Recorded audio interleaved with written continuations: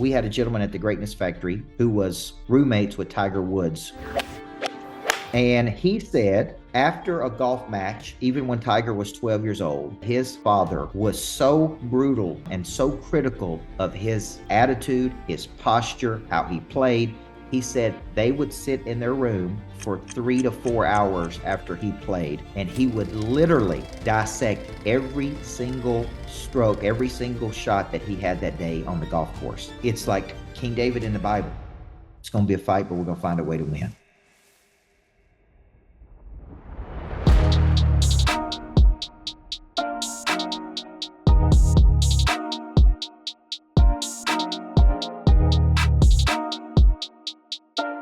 I was teaching a group today about raising capital at the Nashville City Club, and you know, I think some people may not believe that they can do it. So if you remember, I called Jeremy Miner the great sales trainer once, and I said, why don't people move forward with information that they have?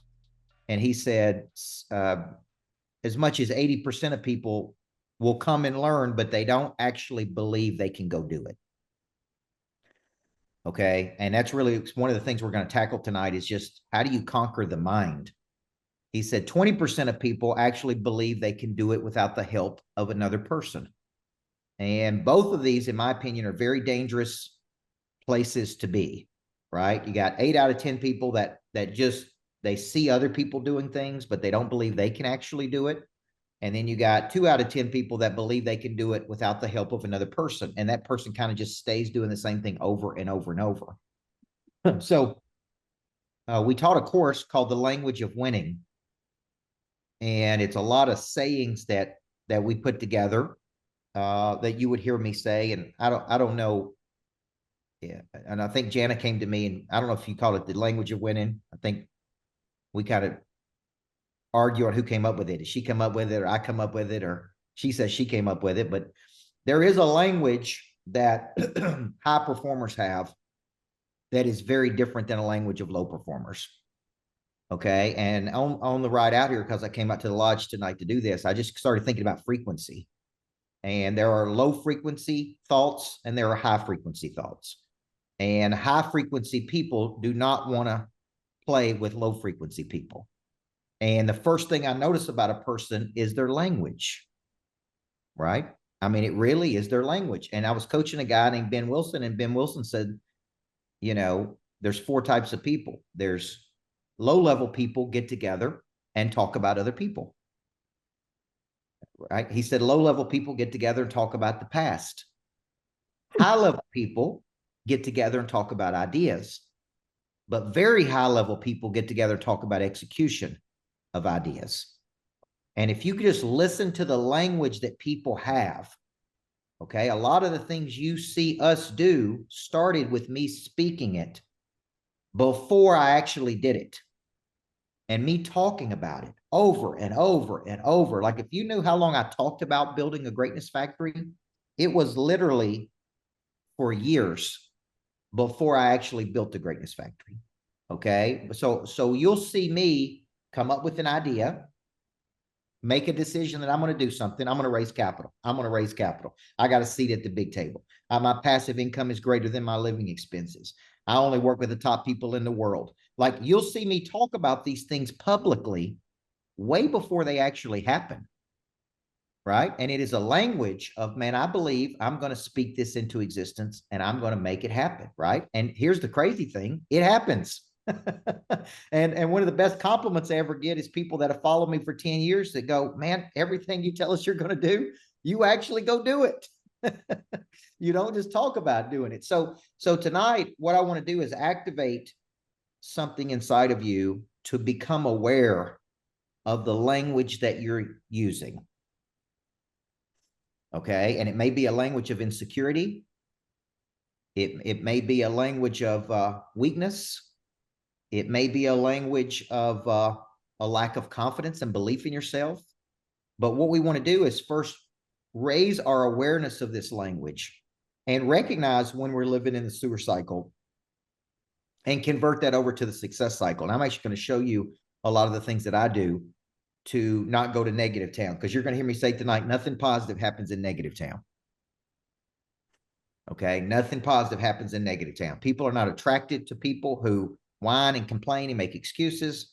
They don't want to do business with people who live in the past. They don't want to, right? So what we're going to do tonight is we're actually going to show you, we're going to activate something inside of you. We're going to invite you to a level of mastery.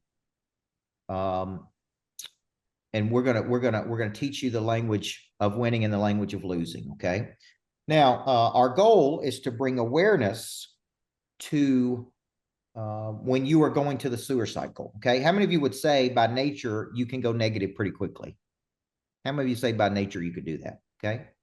All right. And we're going to give that a name. Okay. And that's called living in the sewer cycle. Okay. You're going to see that there's two types of people typically. There's what's called defensive pessimist. And defensive pessimists are typically people who look for things that are wrong. Okay. Their mind kind of focuses on the negative. Everybody with me? And then there's what's called a strategic optimist. And the strategic optimist is a person that generally shows up and believes everything's going to be right. Now, what if I told you that I write motivational books, I write positive books, but by nature, I am more of a defensive pessimist than I am a strategic optimist? How many of y'all would believe that? Okay. I could walk into the greatness factory, and if the temperature is 1 degree off, I pick it up. If there's a piece of trash over on the floor on the right side, I notice it. If I go into the theater and something's not right, my brain naturally focuses on what's wrong versus what's right. Okay. Nick Saban, defensive pessimist. Bill Belichick, defensive pessimist, right? You can see people who are naturally that way. Now, the problem with that is sometimes we can be negative and we can focus on the negative versus the positive. And we got to catch ourselves and we got to go, we're not going there today. We're not going to live there today. Okay. We're going to stay in physical creation. We're not going to live in mental creation. We're going to live in physical action. Okay. So we want to bring awareness to when you're going to the sewer cycle. And then we want to kind of shift that and go, no, I'm not going there today because nothing positive happens in negative town. It's real simple. Okay. I have a daughter who's 12 years old. She is a perfectionist, and she can very quickly go from positive to negative in a matter of seconds. Okay. And I'm trying to teach her how to recognize these thoughts and convert these thoughts versus go all the way to negative town and get worked up about these things. Okay. So that's really what we're going to try to teach you tonight. I believe the master classes open your mind. I don't think they change your life, no different than I don't think that reading my books change your life. I think reading my books open your mind. I think being coached by me, being mentored by me over a long cycle of time actually can change your life. Okay. So some of you are in our coaching programs and it's hard for you to come during the day. And I appreciate you coming at night. Some of you are new to me or you follow me on social media. And I really would encourage you, if you're interested as we move forward tonight, to book a call. Kelly will post the link and you can book a call with our team, do a strategy call, because this is just one very small piece of a much bigger equation. But if I can't get you into positive town, it's going to be very hard for me to help you. Okay. Let's see, a few more things. I do think where there's no pain, there's no change in life. Okay. And so if you're negative and it's not working, and I'm going to give you a personal story. When I was a basketball coach, we started one season off and we were 16-0. Okay. And we were ranked number 2 or 3 in the state of Tennessee, but we weren't really that good. We just, were beating teams that weren't as good. We kind of bought into it and kind of went to false positive, what I call false positive. And then we lost one game, and that one game turned into 7 straight losses. And we couldn't do anything right. And the more we lost, the more negative I got, the more negative the players got. And we just kind of spiraled to us like, how fast can we get this season over and restart this? Now, that was necessary to come back the next year and go 28-3. Okay. So it's like we really needed to lose to figure out how to win. But once we started going down this negative road, we really struggled to find anything that was positive. We tried everything we could. Okay. So you're going to have times in life where it's like, man, nothing is going right for me. I can't get any momentum. And it's so easy to go to negative town. But just remember, that nothing positive happens in negative town. I do believe where there's no pain, there's no change. So if you're going out there and you're trying to get results and you're not getting results, you can continue to do the same thing over and over and over and be more negative and more negative. Now, here's the first thing that people do. They start blaming an outside source. I am where I am today because of the economy. I am where I am today because of somebody put me here. I am where I am today because of this. You'll hear things like this. The timing's not right. I don't have the money. If I didn't have bad luck, I wouldn't have any luck at all. These are low energy thoughts. Everybody with me? It's a language of like, hey man, I am where I am today because somebody else put me here. I couldn't be where I am today because of me. I am where I am today because of something external from me. Okay. And I always like to say we are where we are today based on every decision we've made up until today. Now, here's the good news. If we don't like where we are, we can change it. Okay. But we are where we are today based on every decision we made up until today. Okay. So we want to set the stage tonight of the language of winning really starts with the language of awareness. Now, it also starts with getting to the right place and being around the right people. Okay. Now, how many of you have been around negative people before that had low energy and low frequency, and that had a negative impact on you? Okay. And the next thing you know, everybody's whining, everybody's complaining. And Covey used to call these the 6 C's. They were comparing, complaining, criticizing, cynicism, complacency, right? It's like these are things that we don't want to practice. We don't compare, we don't complain, we don't criticize, we don't become complacent, we don't commiserate, okay? And we don't want to live in that environment. So one of the things I see as we get into this tonight, I remember sitting at dinner one night with Tim Grover. Tim Grover wrote Relentless and Winning, and we were in Phoenix, Arizona. And there was some drama that was going on between these two influencers. And I don't know. I don't know if I brought it up or something. And the minute I said something, Grover just looked at me and he just did this. And it's like, don't even bring that up. I don't want to talk about it. I don't want to hear about it. I don't want to participate in it. And I was kind of embarrassed. I was like, man, why did I bring that up? Like, why did I bring up that drama between those people? But here's what he did.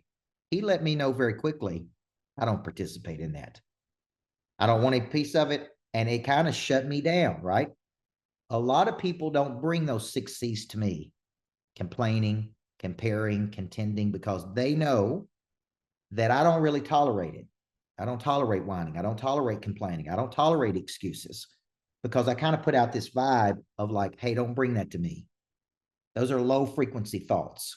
And I'm a high frequency person. Okay. I'm interested in how we can make it work. I'm interested in finding a solution. I'm interested in moving this ball. I don't think we ever lose. We only learn. Now, is that a language of winning? Yes or no? We don't lose. We learn. So if we don't lose, it's like, hey, we learned a valuable lesson. Some lessons are more expensive than others, right?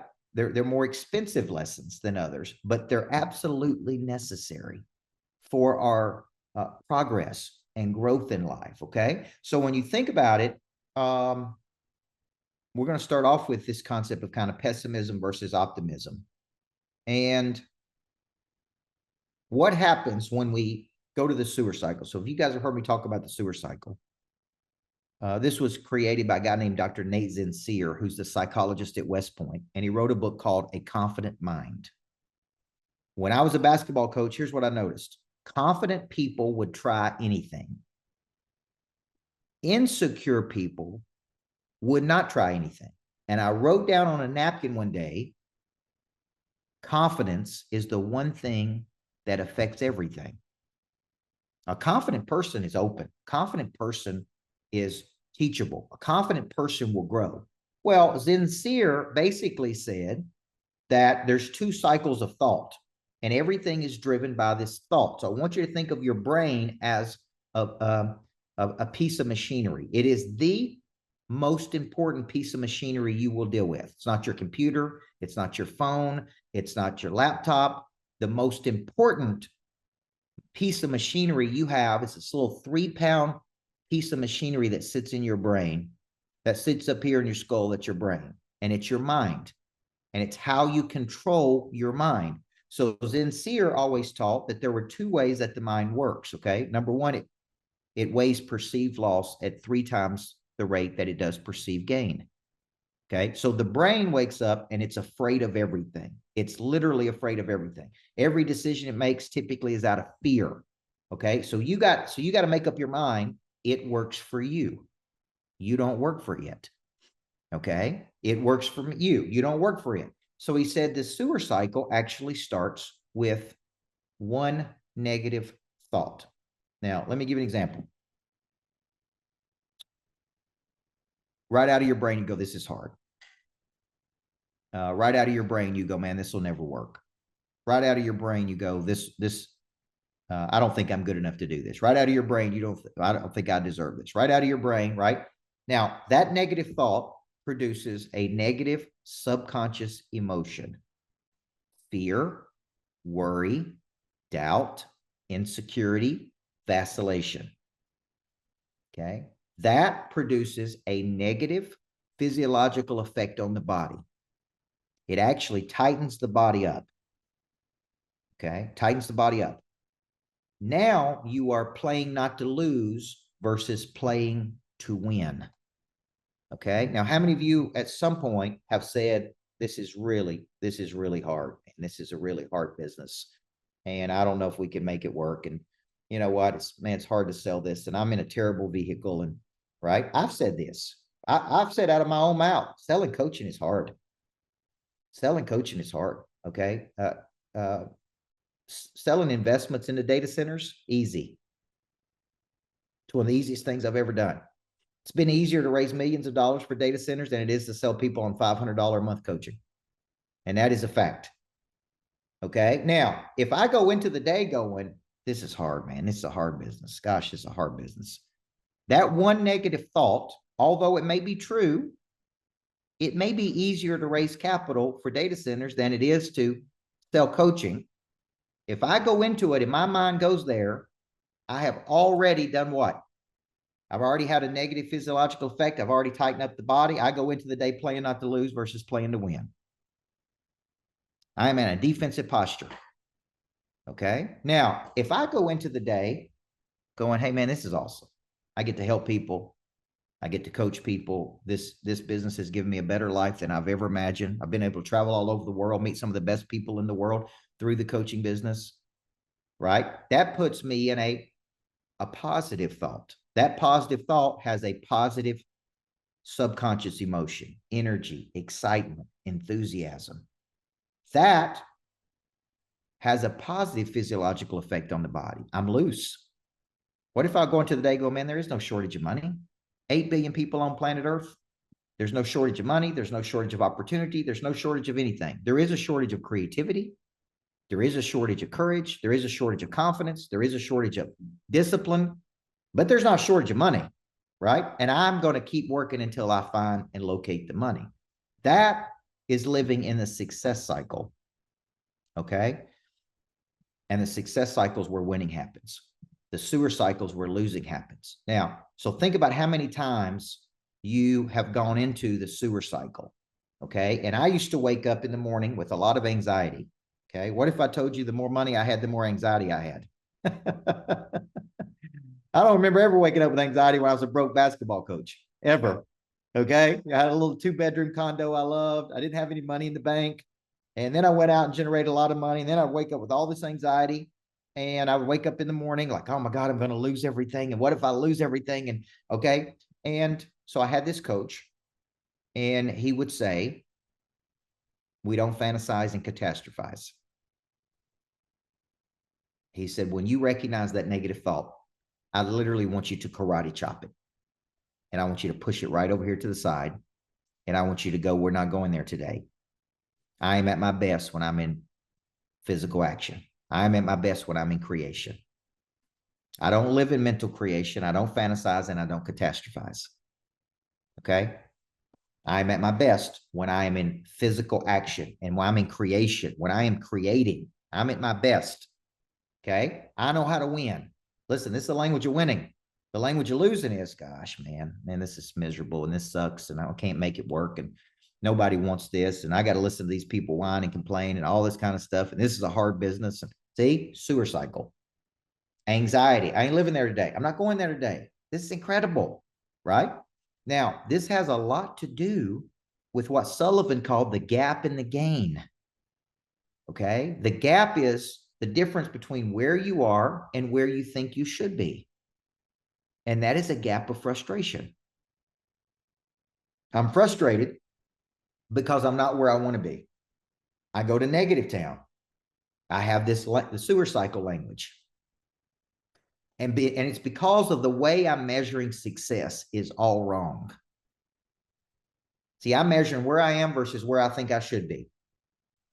Okay. I remember having this conversation with Cardone one day, and I just kept saying, man, I should be further along. I should be further along. And he said, how old are you? And I said, I think I was 42 or 43 at the time. And he said, man, when I was 42, he said, I had 3 employees and I was doing $6 million of revenue. And I was working in an office out of my home office. He said, I had 3 employees. I was doing $6 million of revenue.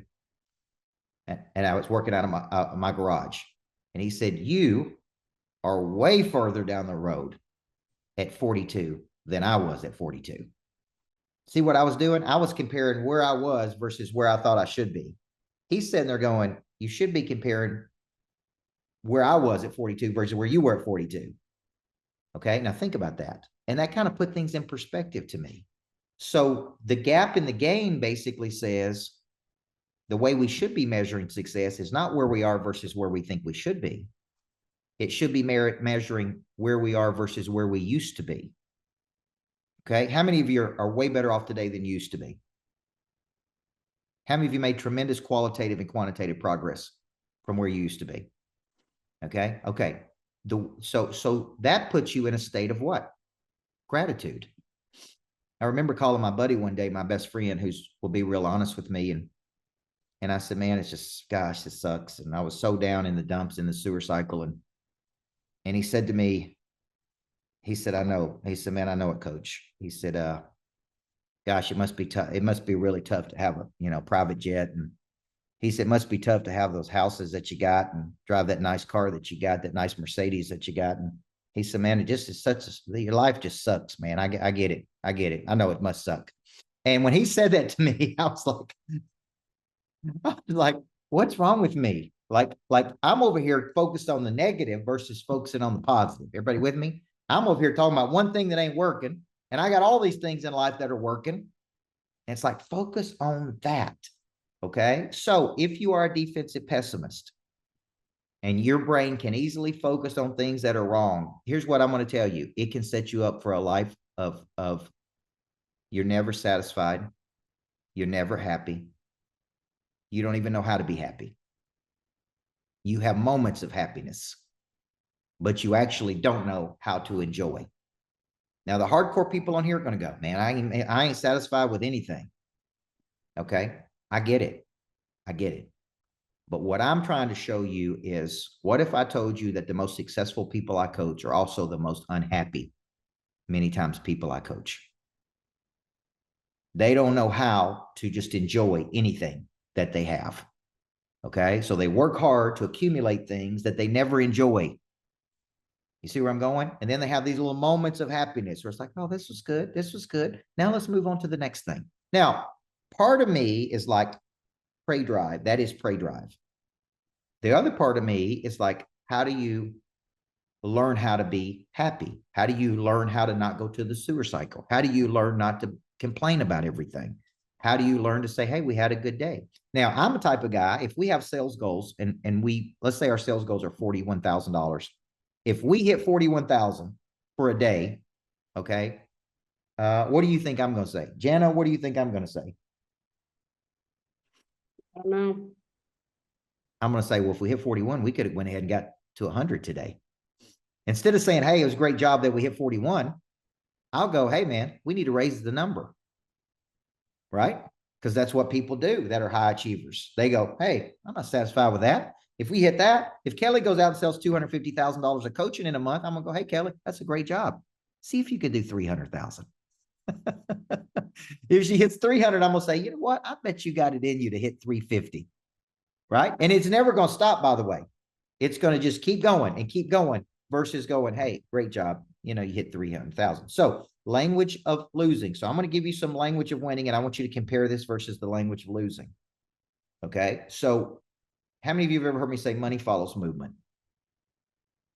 Okay. Here's the language of losing. I don't know what to do. Who do I call? What do I say? What am I supposed to do? See that low frequency? When I don't know what to do, I do something. See, language of losing is I sit and I wait on something to happen. I sit and wait on a lead to come in. I sit and wait on somebody to call. No, the language of winning says, when I don't know what to do, I do something. Money follows energy. Money follows movement. Money follows circulation. Money never follows stagnation. Complacency is stagnation. Language of losing. Okay. How many of you have heard me say, go where you feel celebrated, not tolerated?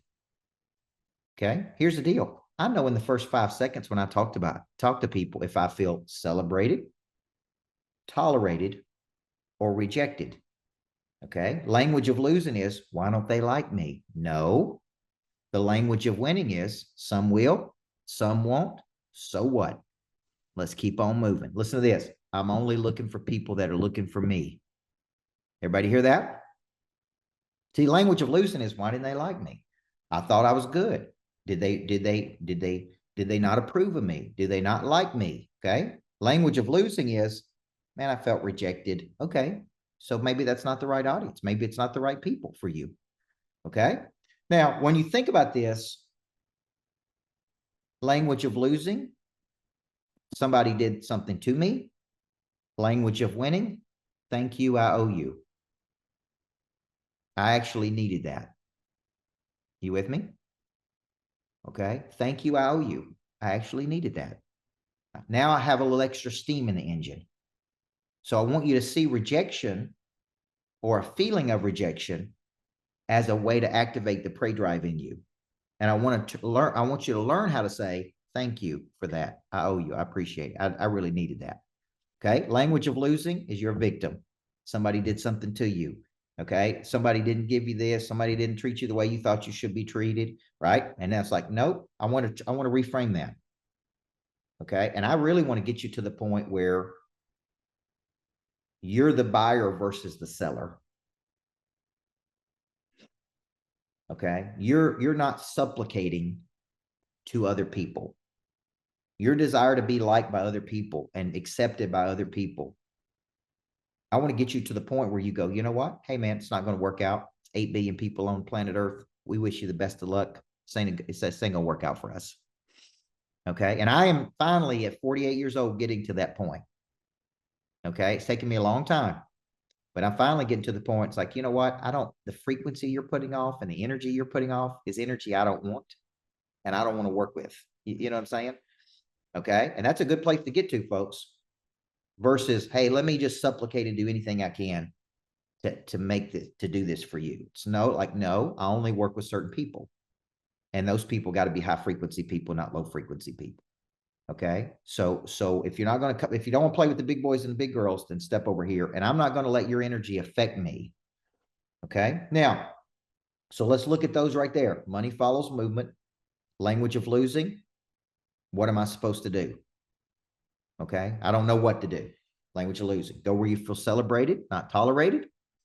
Okay. Language of losing says, why don't they like me? What if I told you in the first 5 minutes, you know? First 5 seconds, you should know. Do you feel celebrated? Do you feel tolerated? Do you feel rejected? Okay. Number 3, learn to say, thank you, I owe you. Anytime something negative happens to you, thank you, I owe you. I needed that. Okay. Now, how many of you have heard me say, we go there in the mind before we go there in the body? All things are created twice. First mentally, then physically. Well, The fixed mindset person immediately goes to, this won't work. The language is, it won't work. We can't do it. I've never been able to do it. The language of winning says, let's give it a shot. Let's see if we could do this, right? Let's stay in a forward posture. Let's move toward the B goal. We go from mental creation into a physical action. What's the next physical action that I could take to get you to that next level? Okay. So when you think about it, we go there in the mind, but if the mind is negative, then we already have made up our mind that we can't do it. Okay. And so when you study like Pritchett, hard optimism, which I really encourage everybody to study, what he's talking about is seeing your optimism as a skill. And you work the muscle of optimism. Okay. And you have this flexibility to move toward things, whether you know it's going to work or not. So we go there in the mind before we go there in the body. All things are created twice, first mentally, then physically. We don't lose, we learn. Okay. Money changes hands when problems are solved. So we're going to go out into the marketplace and locate problems. Now, all right. So when we're thinking about this, these are things that you hear me say. There comes a time when winter asks what you've been doing all spring and summer. And winter is always coming. Okay. If something doesn't work the way we want it to work, here's what I like. Here's the formula that I use when something doesn't work the way I want it to. Number one, we never say, why me? That's a language of losing. We replace the question, why me, with what is this trying to teach me? Everybody see the difference? Okay. Why me is victim, language of losing. What is this trying to teach me? Number two, we say, what was my contribution to this adversity? And adversity is just a departure away from the ideal scene. Okay. Number three, how do we get stable versus be emotional? Language of losing is we get emotional. Okay. Number four, we go, who can help us move from A to B? I'm at A and I'm trying to get to B. Language of losing says, I'll never get there. Language of winning says, who can help me? And step number five is, let's get busy. Let's quit talking about this. Language of losing, we talk, we stall, we whine. The planning department is where dreams go to die. Okay, we get moving, we get into action. Okay, so there comes a time when winter asks what you've been doing all spring and summer. We go to bed tired and we wake up hungry. It all goes to zero at midnight. So we're preparing for winter every day. And when that time comes, we're ready for it. Okay. So the language of winning says, I get it. There comes a time when winter asks what you've been doing all spring and summer. Every day I'm preparing. Every day I'm preparing for winter. Okay. So I don't ever get to a place I go, oh my gosh, like, how did I end up here? How many people get to a point in their life and go, how did I end up here? How did I spend 20 years doing this or 30 years doing this? Okay. It's because, right? It's because the way they're thinking about this. Okay. Listen to this one. Attitude is a posture of the body represented by physical state. What if I told you that bad attitudes walk in the door before you do? What if I told you your reputation walks in the door before you do? Okay. So how do I know if you got a good attitude? The low attitude person says, this will never work for me. The good attitude person is alert, curious, responsive. Okay. It's alert, curious, responsive. The bad attitude person has a bad posture. Attitude is a posture of the body represented by physical state. So when I go speak at speaking engagements, I look at the attitude by the posture of the body of the audience. So today when I'm speaking at the Nashville City Club, there's people that are looking at me. There's people who are not looking at me while I'm speaking. There's people who are honed into me, taking notes, making eye contact. There's people just sitting there like this. Okay. There's people who I go came for the free chicken and people who came to actually learn how to raise capital. Everybody with me? And they didn't have to say a word to me. The posture of their body told me if they were alert, curious, and responsive. Now, I want to pull something out here, Gary Wicker, because we think of attitude like, well, he's got a bad attitude or she's got a bad attitude. No, you could have a bad attitude toward people. You could have a bad attitude toward opportunity. You could have a bad attitude toward the process. You could say, I don't feel like doing this. I don't want to do this. Okay. So when you think about this, I'm sitting there and I'm going, okay, that one's got a bad attitude. He ain't never going to raise any capital with that attitude. I'm sitting there going, this one don't believe he can even raise capital, right? He's sitting here listening, but he don't believe he can do it. I'm sitting there going, this one don't even know why she came or he came, maybe for the chicken, maybe because somebody told him to. That is the posture of the body. So the language of losing is the attitude indicator. And the attitude indicator says you are ascending, you have plateaued, or you are descending. Everybody see that? You're alive, vibrant, dynamic. That's attractive. You're static, stuck, complacent. That's plateaued. You're descending. Bad attitudes make for hard lives, okay? So the attitude indicator says a lot about your language, okay? And what you are, shout so loudly, I can't even understand what you have to say. The attitude walks in the door before you do, okay? Very important. When you're on the phone, when you're talking to people, when you're engaging with people, first thing I say to people, man, it's great to talk to you. Coach Burt, I'm excited about helping you, right? Initiate with enthusiasm versus low energy, okay? So when you think about this, this attitude is a posture of the body. What are examples of that? The language you use represents the attitude that you have. Okay, I'm alert, I'm curious, I'm responsive. I'm dynamic, I'm static, I'm entropic. I'm ascending, I've plateaued, or I'm descending. Okay, that's that. When I'm looking at you, I'm sitting there going, the attitude indicator on this person. This person's got a language of losing, and they haven't even said a word, by the way. They haven't even said a word. I'm just sitting there going, look at the attitude on this person. Okay, now here's language of winning. It's going to be a fight, but we're going to find a way to win. Language of losing. There's no way that we can win. Now, when Jeff Colvin wrote the book, Talent is Overrated, he basically makes this incredible argument in the book that the people who you see are incredibly talented actually were not born with any more talent than you.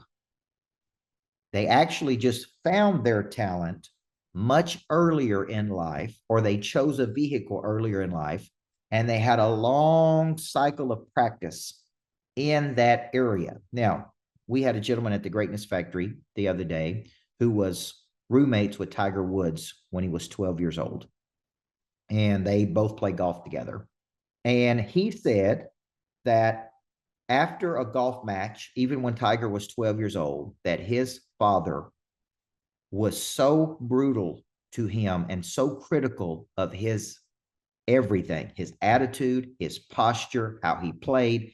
He said they would sit in their room for 3 to 4 hours after he played, and he would literally dissect every single stroke, every single shot that he had that day on the golf course. And he said it was one of the most brutal things I have ever seen in my life.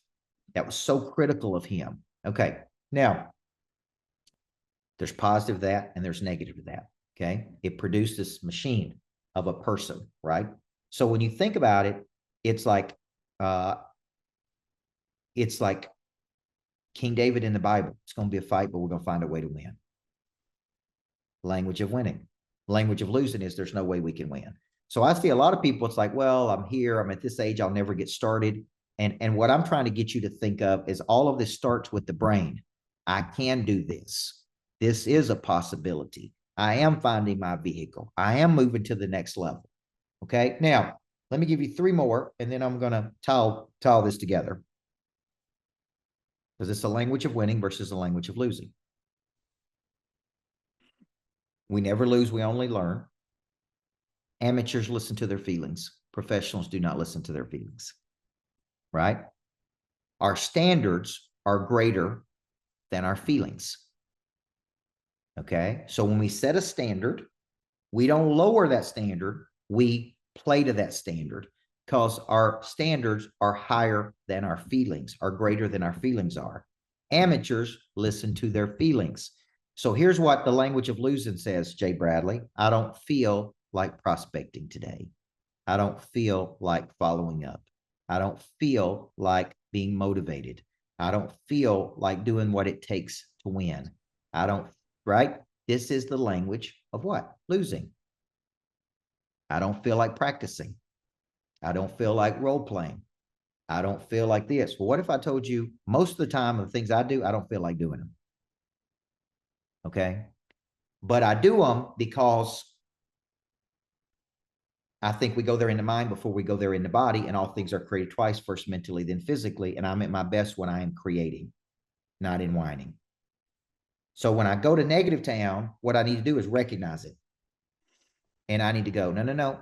I'm not going there today because nothing positive happens in negative town. I karate chop it, boom, and I'm going to push it over there. Now, would I be doing Kelly a favor or Steve Miller a favor or Janet a favor if I sit there and commiserate with them if they were going to negative town? Would that be, would I be enabling them? Okay. Now, it's one thing to vent. I vent. Then at some point, it's like, okay, now we need to move on. Okay. Now we need to move on to the next thing. All of us are guilty of this, like this language. Okay. And it's like, how do we hold each other accountable? Kind of like Grover did with me that night. It's like, hey, we're not going there. Okay. Let's stay over here. We all need that accountability to help each other stay in a forward position. Okay. We need that accountability to stay in that forward position, that forward posture. Okay. Now, I want to draw a specific line between the language you use and the improvement that you're going to have and how you can control the mind versus have it control you. Okay. So let's say I wake up in the morning and I got a bad attitude. How many of you ever wake up in the morning with a bad attitude? Okay. What can we do to get out of the bad attitude? These are practical things. Okay. I listened to a song called It's a Great Day to Be Alive.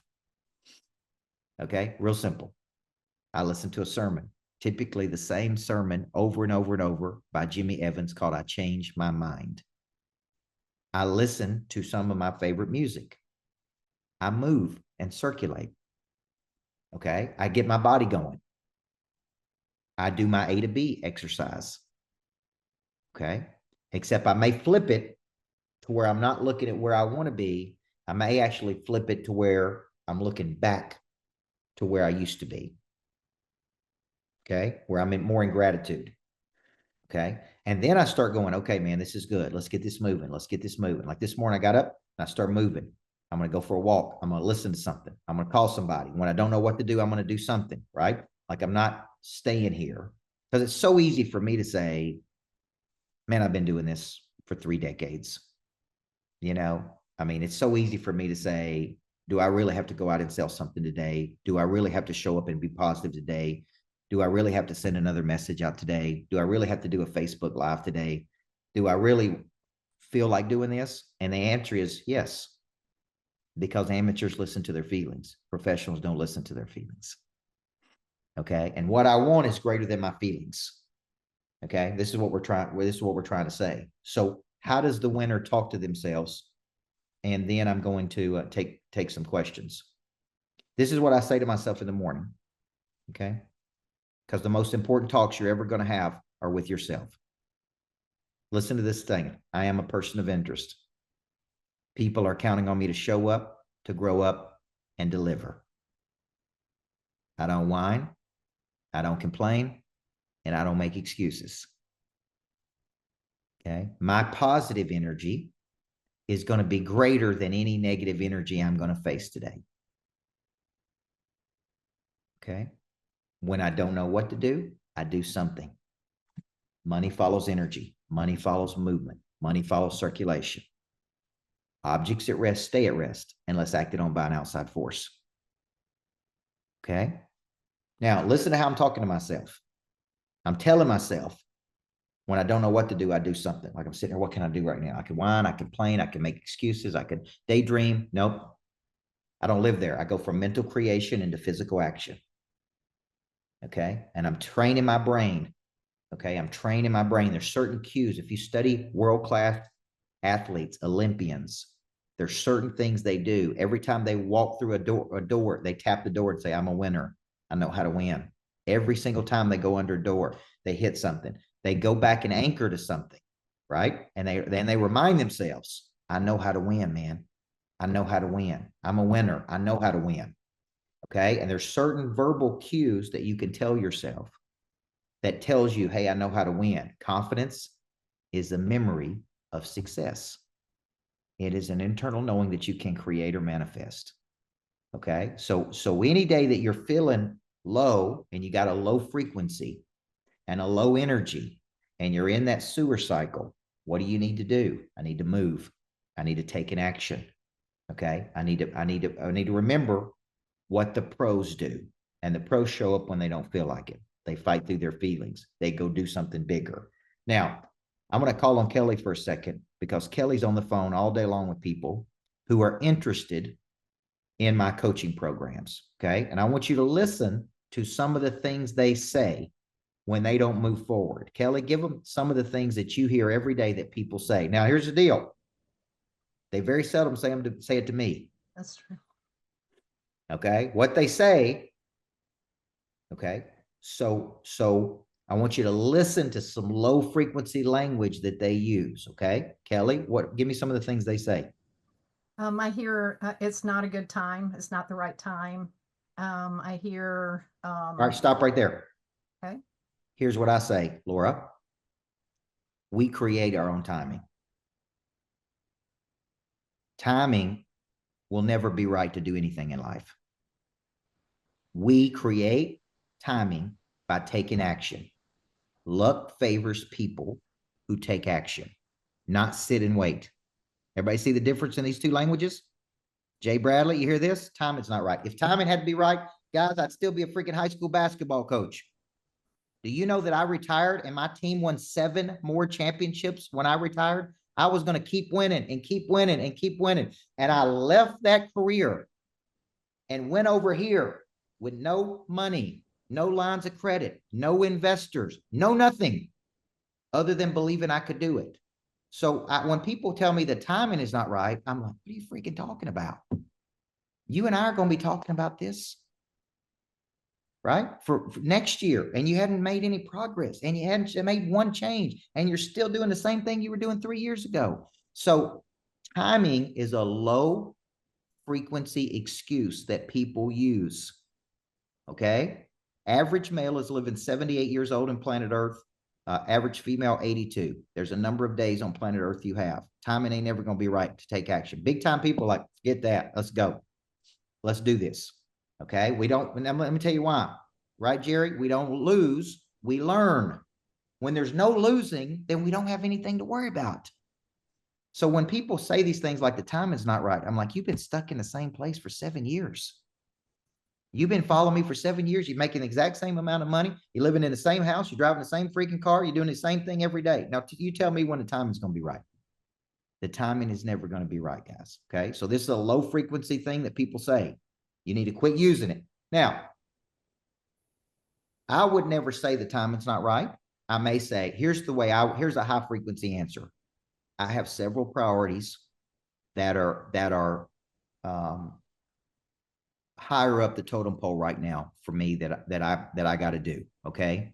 I want to do this, but I can't do it right now because there's 4 other priorities that are greater priorities than this right now. Okay. So it ain't the timing ain't right. It's just, there's a couple things that are ahead of this that I need to do. Okay. But sometimes you got to challenge people with these low frequency actions that people take. Timing's not right. Timing's never going to be right. It's always something. Okay. Kelly, give me the next one. I can't see myself making this type of investment in myself. Yeah. What you're really saying is you don't believe in yourself. The least risky thing you'll ever do is bet on a guy like me. That's what I tell people. Okay. What you don't believe in is you. Now, what did Jeremy Miner say? 80% of people will come and learn, but they'll never actually go do it because they don't believe they can do it. So we have to reframe that thought, and we have to say, if you knew how to do it, you would have already done it. Right? If you knew how to do it, you'd already done it.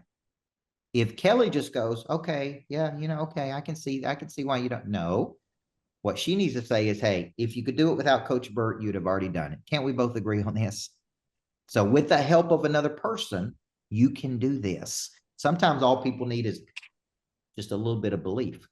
And once they have a little bit of transfer of belief, man, it shocks me what people can do. Okay. Kelly, what's the next one? One I got today was, yeah, this was all really good information, but I just got to think on it, sleep on it, and pray on it. I'll get back with you. Yeah. Yeah. The book of James is a book of action, not a book of thinking. So when people say they got to pray about it, I'm asking, have you read the book of James? You think about it, but you don't ever take any action on it. You pray about it, but you don't. Okay. T.D. Jakes used to say, God gave us the trees, but he don't make the desk. Right? He gave us the trees. It's up to us to make the desk. So when I hear people say, I got to think on it some more, it's like, well, you've been thinking about it. Like, oh, here's what I hear a lot of people say. They see me, then they watch, and then they go, well, I just need to see a little bit more. And I'm like, well, what more do you need to see? Like you said, you followed me for 2 years on social media. You've been in a room with me. You watch the results that we get. Like what else would you like to see to take action? Okay. And if they say, well, just send it to me on writing, like I want to see it. Many times I'll say, well, you're talking to me, and I write the books. So what more do you need me to explain to you, right? You're on the phone with me, okay? Kelly, is there any more that you hear? Yeah, one I've gotten before, not as much as I've invested in coaching before, and I've spent all this money and it just doesn't work. So, I'm not sure about this coaching thing. And what are we having this discussion about then? Yeah. What if I told you I've never been in a coaching program that I didn't extract the value from? Would you believe that? I personally have never been in a program, some were better than others, that I didn't extract the maximum value from. And I believe it is the learner's responsibility to extract maximum value from a teacher. Okay, I went to college for 9 years, guys, to get 3 degrees. I had good professors and bad professors. You know what was the common denominator there? Me, the student. Okay, and when I extracted maximum value, listen to that language of winning. It is the learner's responsibility to extract maximum value from the teacher. The teacher's going to show up and teach. The learner's got to show up and learn. See, language of winning versus language of losing. See how these frequencies, okay, see how these frequencies are? Okay, I'm trying to just get you to really think about your language.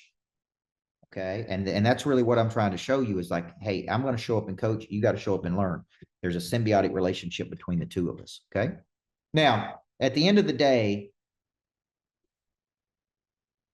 to me, language is everything. Okay, if you're a faith-based person like I am, God spoke everything into existence. When you speak, you are putting out to the marketplace. How many of you have gone to 2 different doctors before, and the doctor gave you 2 different diagnoses based on the perspective of the doctor? Now, I want you to think about this. It's very important. One of them speaks life, and one of them doesn't. One of them sees possibility, and one of them don't. One of them speaks something positive into you. One of them speaks something negative into you. I'm telling you, when you start mastering your language, and you understand that the most important thing you can control is this mind, okay? And you start using these things that I'm teaching you, you're going to get out of that sewer cycle and out of the language of whining and into the language of winning. And this is going to change everything for you, okay? Just listen to the things that I say over and over and over.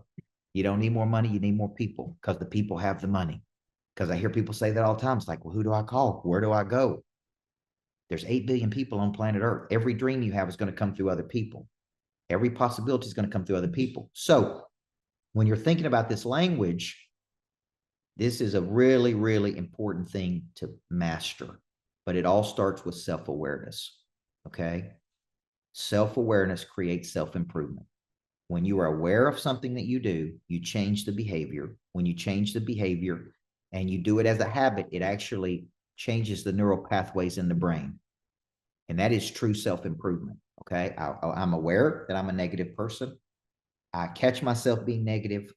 I convert that negative to more positive over a period of time. I can actually change the neural pathway. And then over a period of time, it's like, hey, man, I used to be negative Nelly. I'm not negative Nelly anymore.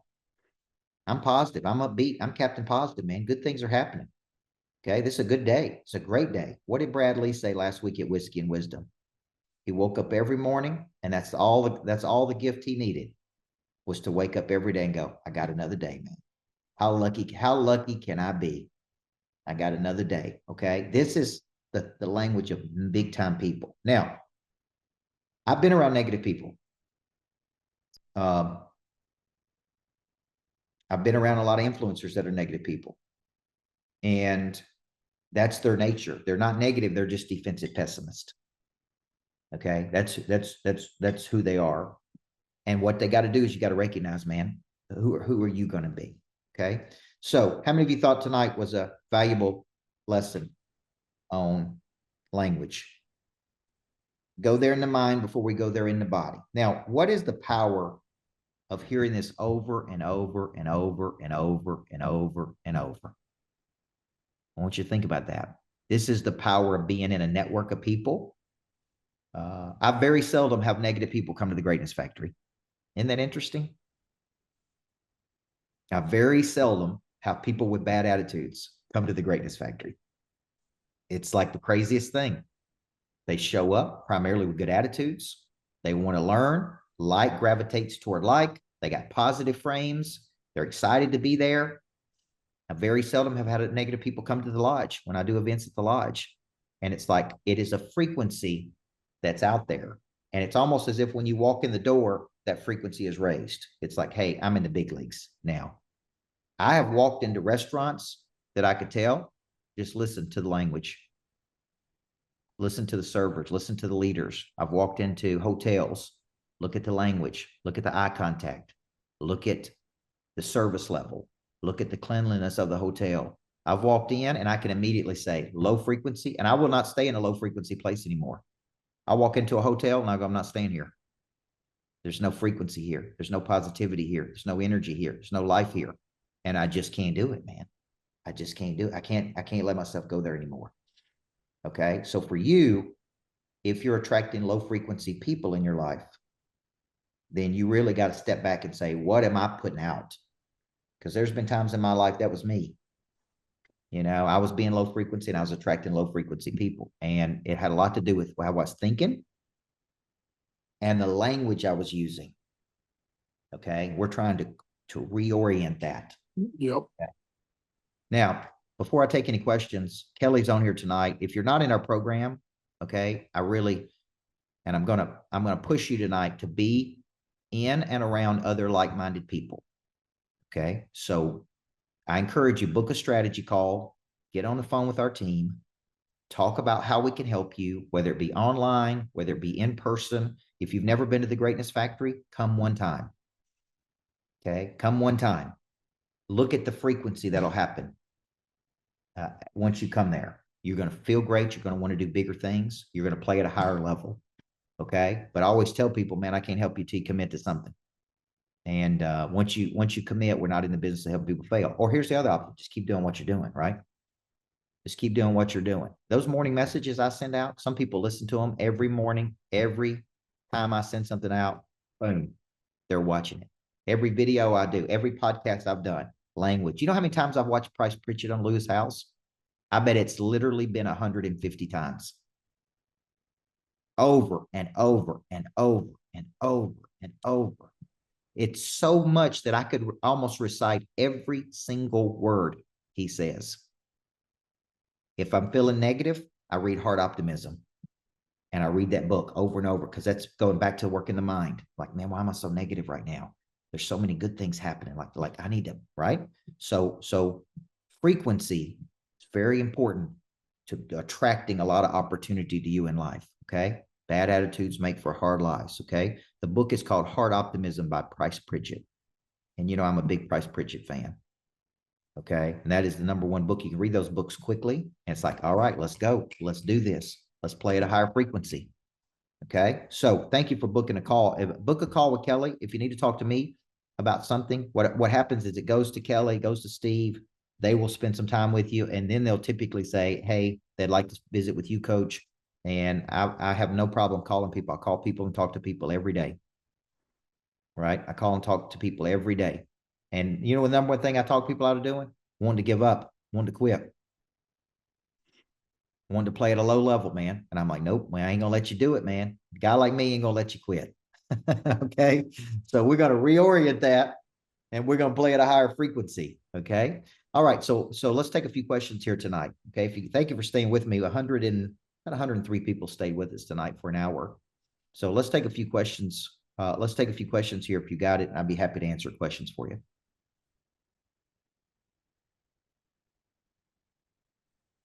Just raise your digital hand if you got a question for me. Okay, Suzanne?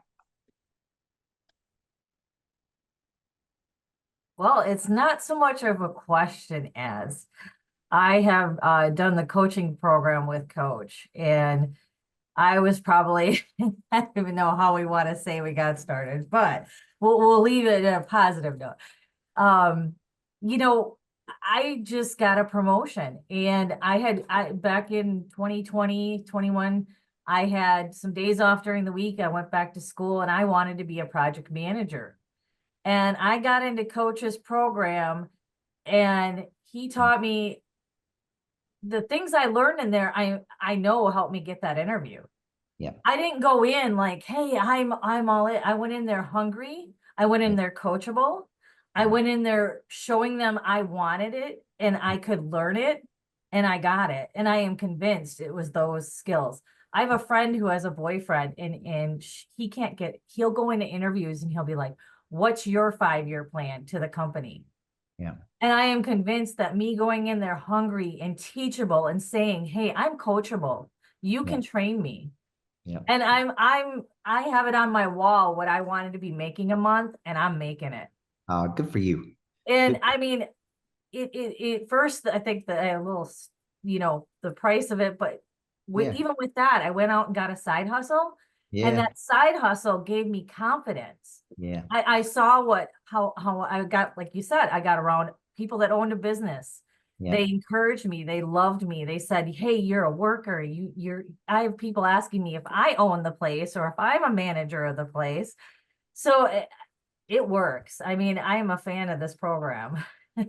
Well, I appreciate you saying that. And Suzanne and I we started off a little rocky, but we hung in there with each other, and look at what happened, and I think, guys, I just want you to understand something.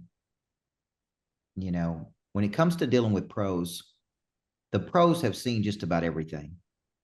Okay. And I think they'll tell you the good ones will stick with you, right? They don't give up on you. They believe in you. And when I saw Suzanne on that virtual that I did, I go, Hey, honey. I'm like, this woman's got confidence, and she's got great people skills. And I really saw potential in her. And I kept calling her on this virtual. I never met her before. Something just kept pulling me toward her, and I kept calling on her. And, because I have a sixth sense about this, man. I know when people have potential. I really do. And I'm like, she can do something, she's got the skills to do something. So I'm proud of you. Thanks for sticking in there. Well, and even today, I'm like 2 weeks into this. And so I'm learning, and I have days that I'm like, oh shit, should I have stayed in that department that I was miserable in and I was sinking in, and the people around me were negative time. I mean, I listened to a girl complain about people chewing. She was worried about everybody else in the office. And my son said to me, like, it was safe. It was a union. It was safe. I had the same office. I knew where I was going every day. And, I held myself flipped to that. Like, oh, did I make him? And then nope, we're going forward. Yeah. This is growth. This is what I want to do. This was my dream. My son said to me, having an aneurysm every day doesn't sound safe. That's right. That's right. Well, good for you. Thank you for sticking in there with me. Thank you. All right, Randy Thompson. Yes, sir. Hey, thank you so much. Appreciate you. One of the things I'd like you to speak to, obviously, there's a cost associated with coaching with and working with Coach Micheal Burt, right? What I really want to know is not necessarily the cost, but what's the price that we individually need to pay in order to get what we need out of this? Maybe just speak to that, because the cost or the price isn't Yeah. necessarily monetary, it's something else. And I think you know better than anybody what that takes. All right. I look at this a lot different than a lot of people do. Sometimes when you're around people, and I remember in the old days, I wanted to be around Covey, and it was like $1,000 for a to have lunch with Covey. And I was 25 years old and I didn't have $1,000, but I figured out a way to get in that dude's presence for just a few minutes, and just being around him gave an impression of increase to me. Like, when I grow up, I want to be like that dude. Okay. So there is a cost associated, and it's called psychological demand. When you pay attention. You're in a program with me and Price Pritchett that's $30,000. Here's the deal. Thinking about quantum leaps, being coached by the father of quantum leaps, being in the presence of a guy who sold over $80 million worth of books. There's no way you can't go out there and increase if you just show up and pay attention. So a lot of people look at things like there's a cost. There really, in my opinion, there's a greater cost not to do it than there is to do it. Okay. And this is a low frequency language. I don't have the money. Well, you could find the money if you wanted something bad enough. Anytime I've ever wanted something bad enough in life, I found the money. I borrowed the money. I sold something. I did whatever I had to do to be in a room with the best people in the world. There's no way it didn't help me. So when I look at a lot of people, it's like they constantly say, well, we don't have enough money. I want a new car, but I can't afford it. Jana got a new car recently, and she was, I was on the phone with her when she was getting it. And I said, look, get it. You'll figure out a way to pay for it. You'll make one more sale. You're going to feel like $1 million when you're driving that new car. I'm telling you, everything will change when you drive this car. I know, because I've driven nice cars. And let me tell you something. I don't want to go back once you drive that nice car. Okay. So here's the deal. I encouraged her to do that because I said, this will change how you feel when you're driving. Okay. And you'll figure out how to make it work. Now, that is committing to something. Now, a low frequency would be, oh my God, I've committed to something and I can't do it, and this is going to break me. No, that's low language. High frequency it's out there. It's available. I'll figure out how to make it work. And sometimes it's the difference between flying first class and flying in coach. What if it's $300 or $400 more for flying first class versus coach? Okay. It's like, hey man, commit to it. So I just think, my buddy calls it getting to the other side. When you get to the other side and you experience nice things, you don't want to go back, man. But if you never get to the other side, you don't know what it's like. You don't know what it's like to stay in a nice hotel until you stayed in one. You don't know what it's like to go to a nice steakhouse until you've eaten one. You don't know what it's like to drive a nice car until you've driven it. So there is a price to pay for that. But here's the deal. That demand kicks it in gear. It's like, let's go do this, right? So, that's what I would tell you. Okay, good question. Vic? Yeah, hey, Coach. Long time no see. This has been the most powerful session that I've been in since I've met you. I haven't known you very long. I think I met you back in October at when you and Brad Blazer did an event at the Greatness Factory. And so Kelly and I have a plan for how I'm going to be stepping up, be into the different coaching patterns. So I would tell anyone out there that's sitting on the sidelines right now, debating on what they can and can't do, is that there's levels that you can get into. Yep. Now, I will warn you, is that if you're not a self-starter, right, the blue level is not for you. You need to step it up and you need to actually do something different. But for me, Coach, I took 7.5 pages worth of notes for this session alone. Right. And so my question to you as a student of yours is, can we get this into the blue portal? And if not, how can I actually get a copy of this? Because this is the one I want to listen to when I'm in the sewer cycle. Yeah, this is good. Jana, fantastic. Jana, I think that's a valid point. I think we should be able to put this into the training cycle, into the online portal, so you can get this. Yeah, that would be awesome. Because That I would mean, be awesome. let me speak to this point. When I'm down, and I get down just like you do, I have good days and bad days just like you do. I get tired just like you do. I get frustrated just like you do. There's days I want to quit just like you. You with me? And like I said, although I write positive books, I can go to negative town just like you can. So there's certain things that I watch and listen to and read to pull myself out of that. And it may be just one video where I just watch it over and over and over and over. I listen to one song to get my mind ready to go. Okay. So there's certain triggers, positive triggers, that's like shake it out of me. So yeah, we'll put it up in the portal so you can watch it over and over. I will add to this too, Coach, is that I actually make it a point to meet with my staff members on a monthly basis. And one of the things, you know, when they're going and they're in the sewer cycle, right, and pity me and this and that and the other, I tell them, hey, you know, I go through the same thing, and they all go, what? Yeah. They go, we don't see that on you. Yeah. You never look that way. And I go, hey, let me tell you. And I say, you know, my problems and my issues or have cost a lot more than your problems and your issues. And I said, but thank you for that, because I'm glad that you don't see it. Right. Yeah. I said, but we all face the same fears, worries, stuff like that. You just got to be able to get over it. And again, just to reiterate, this one session in an hour is the one thing that I say that I'm hanging my hat on this one right here, along with all the other ones. But this one thing, that if I can listen to this over and over and over again, this is my deal right here. So thank you. Thank you. I love it, man. Thank you. Makes me, that does my heart good. Thank you for being a great student. James Forbes, my man, Fayetteville, North Carolina. I'm gonna come see you. Yes, sir. Shake your hand. Look you in Yes, the Kurt. eyeball. Yes, sir. I wanted you to put a face with the name. I just wanted to introduce myself and say hey, and I'm looking forward to you coming to Fayetteville with Darren Collins in June. I can't wait to see you, sir. Now, I'm gonna tell you a positive story about this. James ordered my books. I try my best to call every person that buys my books online. And it may take me a week to get to them, but when people buy my books, I try to call them and talk to them.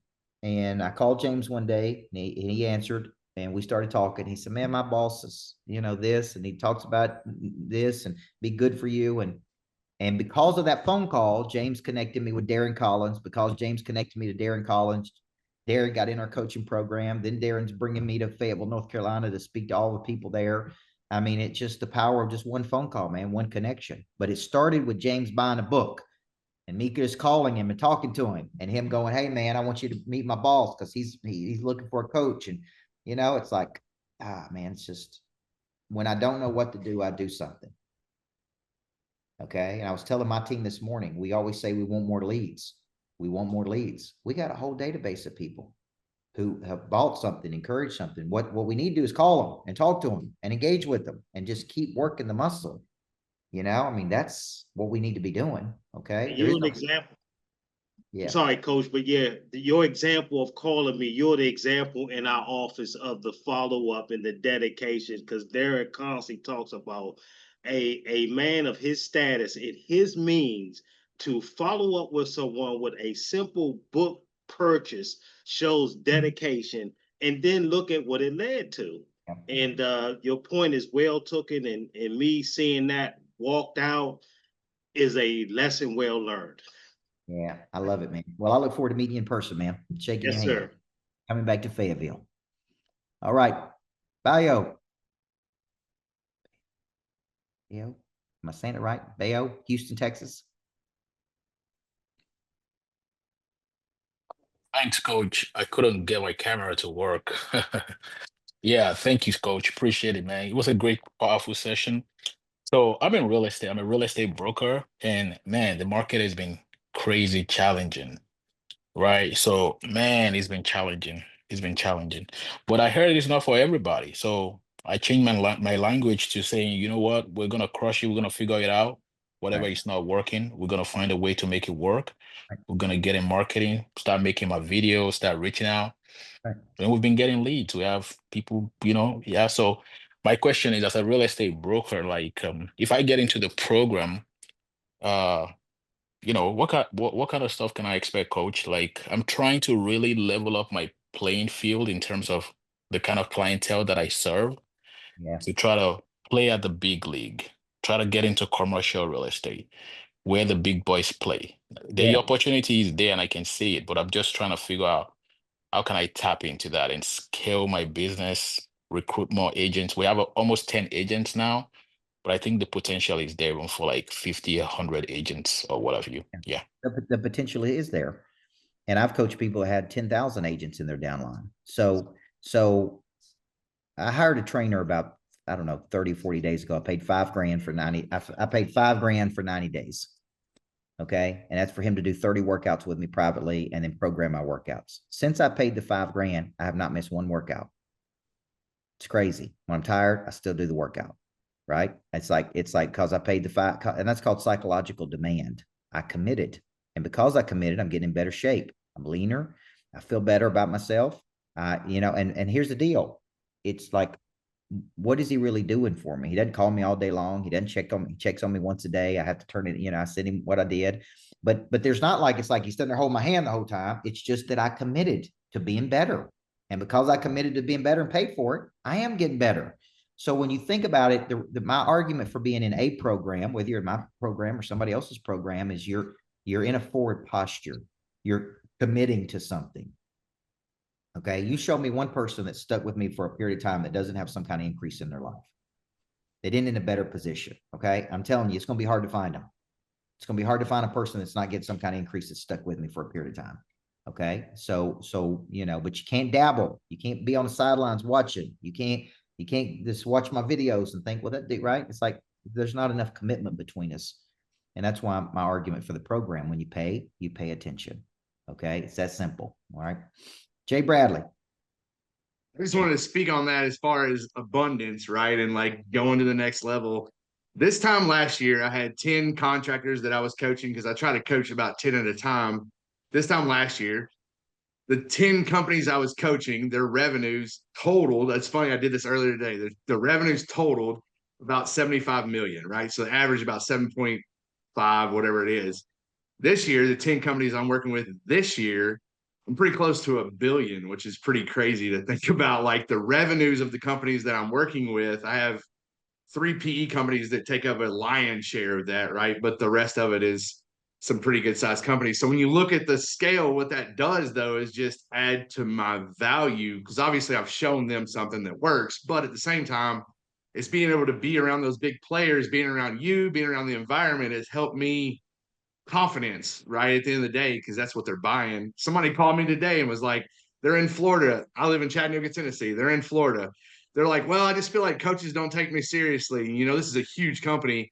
And I said, I tell you what, let's do. How about I take you a whole lot serious? What if I just come out there Friday? And they're like, what do you mean come out Friday? I said, I'll fly out Friday morning. I'll fly out Friday night. We'll see each other for about 4 hours. Sounds good? They were like, yeah. I was like, lock it in. Let's go. So I'm flying out Friday morning to go see them, flying back Friday night. So it's just being around the program, confidence. The language of winning is the language of action. I'll come see you. See, Yep. What I would say is, why do you think people don't take you serious? Right? Jana's really good at this, about asking questions, going deeper with people, doing discovery. But the question is, like, when somebody's not taking you serious, why do you think they're not taking you serious? Right? Because let's go back to Bio's comments. Here's the language of winning. I'm willing to do what other people ain't willing to do to sell houses. 98% of real estate agents are never going to follow up, but I do. Right? That's what I love about Kelly. Kelly's tough. Kelly can take a straight up ass chewing from me, and she just keeps on going. Right, Kelly? I mean, she's just a tough woman, and I admire and respect that about her. She just shows up every day with a good attitude, and she tries to get better, and she takes the coaching, and she does what I tell her to do. Now, her income has increased over the years because of that, because she's just like she just gets up and goes, right? She don't call and whine to me. She don't give it's like, it's like, hey, how could I get better at this? I'd like to learn more about this. I'd like to get better about this. So she really kind of embodies what we coach people on, and she's been with me for 4 going on 5 years now. And it's like, she wants to get better. She's dissatisfied with where she's at, like I am. So to me, it's like, that's the kind of people I'm looking for, right? It's like, I'm not going to show up a bunch of attitude. We're going to show up and say, hey, how do I get better? coach me. If I did something wrong, tell me how to do it. So I think that says a lot about, kind of our people. Steve's the same way, who's, new on our team, was one of our students. Everybody on my team, was a former student. And so, that's kind of what we're trying to teach. But listen to that language, Jay. Coaches don't take me serious. See, the language of losing. No, why do coaches not take you serious? Maybe I'm not showing up. See, I would say they're not taking me serious because I'm not showing up as a serious person. It's so easy. For years, I said, why don't they pay attention to me? Why don't my lead and some of those big players pay attention to me? That's the wrong question. It should be, what am I doing that's not signifying to them that I'm a player? I'm a major player. You see the difference in these two languages?